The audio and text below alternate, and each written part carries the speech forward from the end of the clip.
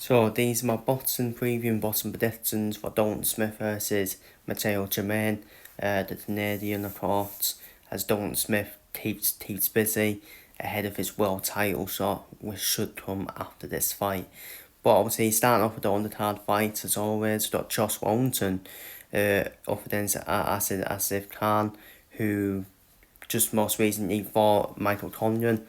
And of course, this is a bit of a warm-up for Wellington, as it's been touted that Josh Wellington versus Michael Tonyan could happen after this fight. And probably makes sense because they're both at the end of their careers now, Wellington and Tonyan. And the second winner stays on, basically.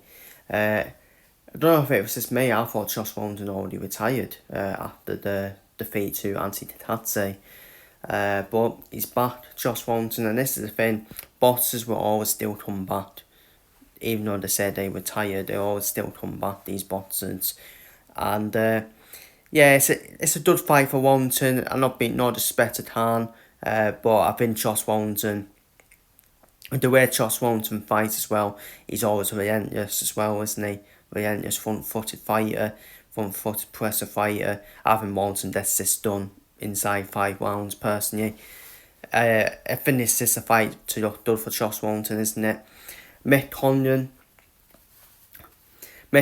only won on points, but that's because you would say Conlon's more of a boxer, while Josh Wellington is more of a relentless fighter, isn't he? More of the relentless presser fighter as well. So I think Josh Wellington wins in the 5th round, in my opinion. Stops Khan inside 5 rounds for me. And that will set up the Josh Wellington Michael Tonyan fight. Up next, we've got Jozo Fisioli, 6 wins, obviously 6-0 record, up against Tame Baker in the 135 pound division. Tame Baker has got 11 defeats, but Tame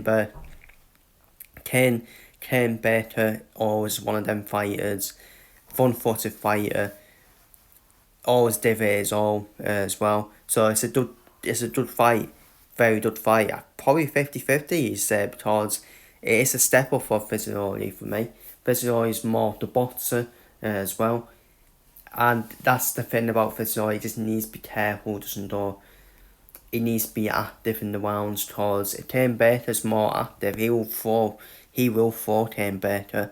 And he made that favourite on the start cards if it does the points. I think it does do to points for me. But I do think Fisioli is just a better boxer for me. And I expect, as long as Fisioli can keep active in the rounds, he should win this quite comfortably on points against Tame Baker as much. Tame Baker is tough, and he does. And then he is relentless, Tame Baker, and he'll be more front-footed as well, while Fisioli will use his win IQ as well, use his boxing skills. So I think Fisioli will win on points. Up next then, we've got Ismail Davis versus Wayne Tayi. Another good fight, to be fair. Another good fight, Wayne Tayi. Not a bad boxer, to be fair, despite his defeats. I think Ismail Davis is the better boxer for me. More of a bit of a pick and fight, but I do make Davis more the favourite for me. Ismail Davis came on the back of two defeats, Josh Tayi and Semi Bolchuk. No shame in that for Davis for me. He expected to use both fights as well. He was probably more unlucky than Josh Tayi for me. If they were more rounds in that Josh Tayi fight, that probably would have been a draw, or Davis might have nicked it, potentially. Davis even caused Bolchuk problems, and we know how good Bolchuk is. He caused him problems in the first round where he caught him. So Ismail Davis, he'll look to utilise that jab on Wayne Tayi. Definitely down to points for me, in my opinion, between two boxers mainly. Wayne Tayi, very dangerous counter puncher as well. Can get caught a few times, obviously as you see in recent fights. But I think Ismail Davis will just outbox Wayne Tayi for me and win on points. And on to the main event, straightforward win for Dalton Smith, I reckon. It's more of a stay busy fight for Dalton Smith.